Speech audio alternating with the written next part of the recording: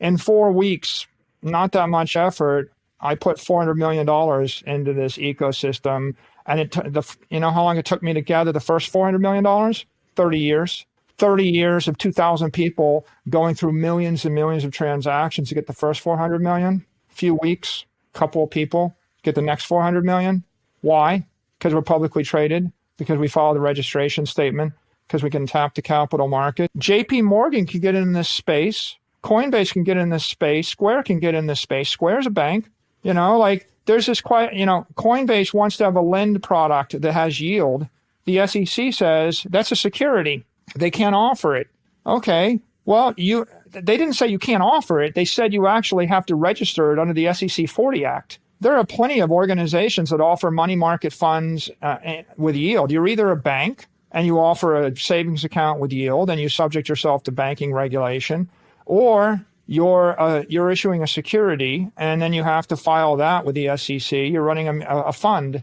You know, and the NYDIGs of the world and the Fidelities of the world, they're filing their funds, with the SEC, and they're getting SEC authorization for that.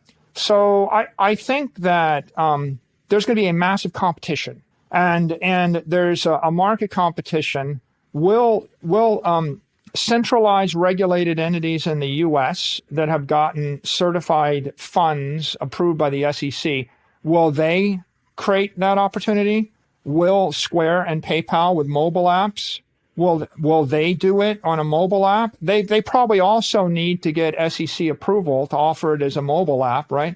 Just because you have a mobile app doesn't mean you don't have to, you saw Abra has this issue where they have to get approval from the New Jersey authority to offer a yield product on a mobile app. So you're going to have the technology players wanting to get into space, call it fintech. You're going to have traditional players like Fidelity wanting to get into space through traditional funds. You're going to have these interesting Lightning-based things that there's non-custodial wallets in Lightning, like Moon and Breeze.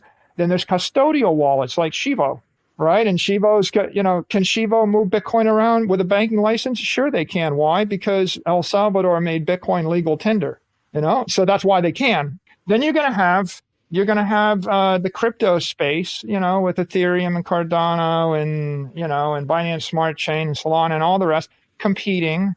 And you're going to have all sorts of issues of competition versus, technology versus regulation. And then you're going to have jurisdiction. And, Binance and FTX are offering very innovative products, but they're not offering them in the US. So what will happen? And the answer is stay tuned.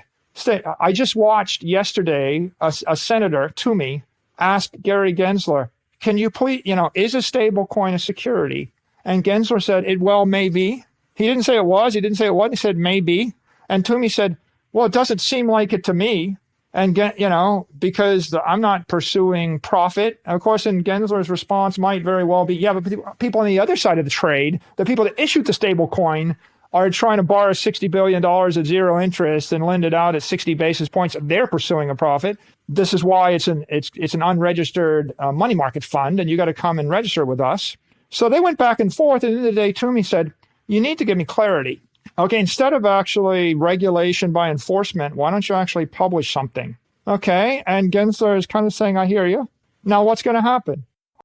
Before we continue, help us clicking that YouTube like button and subscribe now to our channel.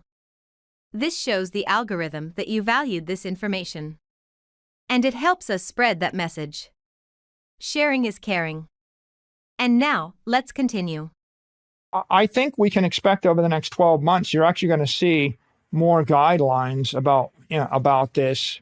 But it's pretty clear to me in the last 12 weeks that if you really want to win the DeFi space in the next decade, I think the winners, Raul, are going to be the publicly traded institutions that know how to navigate the corridors of power, right? That the ones that if you can take your company public and you can raise $10 billion via a registration statement, then I think you're going to be a big advantage. I think that Fidelity issuing an ETF is going to be a big advantage if they get their ETF approved. I think the NYDIG is going to have a big advantage. I think that people that are trying to operate outside of that system, if you can't tap into the public markets, I don't know if you noticed, I just sold nearly $400 million worth of equity into the public market via registered ATM, and then I converted into Bitcoin. And I did that in 4 weeks, 3 weeks. Okay, so in 4 weeks, not that much effort, I put $400 million into this ecosystem. And you know how long it took me to gather the first $400 million? 30 years.